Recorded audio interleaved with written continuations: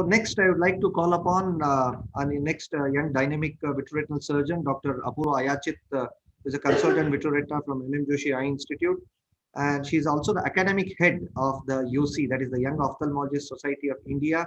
She's the assistant editor of Retina in the Indian Journal of Ophthalmology. And as I have seen her in my department, in our department, she's very, very passionate about imaging. So over to Dr. Apurva.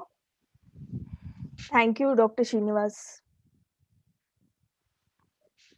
Can you hear me? Yes. Yes, yes. So thank you, Dr. Srinivas, for this opportunity. Thank you, Dr. Chitra. My presentation is about the versatile vacuole sign in central serous chorioretinopathy. So what is a vacuole? When we have central serous chorioretinopathy associated with subretinal fibrin, we see a hyporeflective dark area adjacent to the retinal pigment epithelial defects. And this was termed the vacuole sign elegantly by Dr. Giridhar's group. This is a very good illustration of the vacuole sign. Here we have subretinal fibrin, we have a small micro rip in the RPE, and this dark spot corresponds very well to the FFA leak. So this is akin to a stream that is flowing through some sand or soil, and when you look at the end-on view of on top of the stream or the clearing, this can be compared to a vacuole in CSE.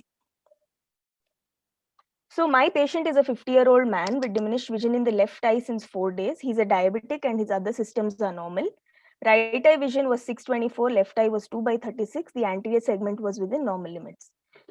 So this was his right eye fundus, which showed a lot of foveal thinning as well as these RP pigmentary changes rather. And the left eye showed this area of neurosensory detachment, some yellowish material suggestive of fibrin, as well as pigment epithelial detachments. This was the AF of the right showing these RP alterations well. And this was the AF of the left, which showed hypo AF corresponding to the fluid and these descending atrophic tracts. This was the right eye OCT. Like I said, there was some thinning. And the left eye OCT showed a micro rip, extensive subretinal fibrin apart from the detachment, and a nice little vacuole. What was surprising in this case was there was another vacuole and another vacuole and another vacuole and another small vacuole along with this subretinal fibrin which was extensive. So my first thought was there are multiple vacuole signs. Will I get multiple nice smokestacks or ink blots? Will I get multiple leaks in this case? But to my surprise, this was the FFA where it started off as a point source and gradually it became more horizontal and finally became a descending leak.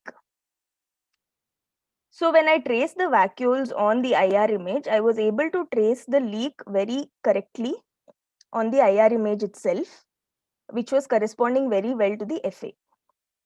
Why is this so special is that there was a 10-year analysis of smokestack leaks in about 70 eyes, and they found that there were no descending leaks in this series.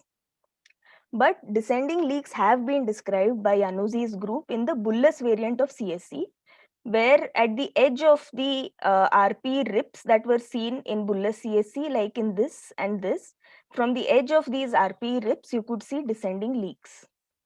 This is my own case where there was a RP rip, and from the edge of the RP rip, there was a descending fluorescein dye leakage in a case of bullous CSE. So what I wish to say is that in Dr. Giridhar's article, where there were multiple RPE defects, the clear vacuole was visible over all the rips and corresponded to multiple leaks.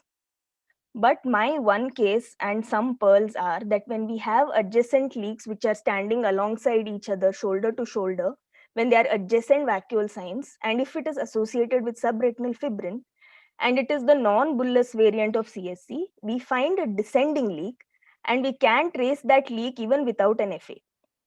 This is probably because of the extensive subretinal fibrin gravitating downwards, causing an increased oncotic pressure inferiorly, and that attracts dye downwards.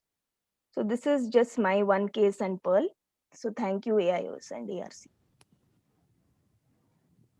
That was a very nice pearl, Apurva. And Thank you, is ma'am. this seen only in acute cases or acute and chronic also? Ma'am, I've not seen this in acute cases. I've seen 2 cases and both of them are acute on chronic. But thank you for that question. That's a very good question. Yes, thank you, Apurva, for that nice explanation on the where we see more ascending, and now you have shown us the descending leaks as well. Thank you very much in a non-bullous variant as well. Dr. Vinod, you have any comments on this, please? A nice case, Purva. Not sharing the screen share. Very nice case, Purva.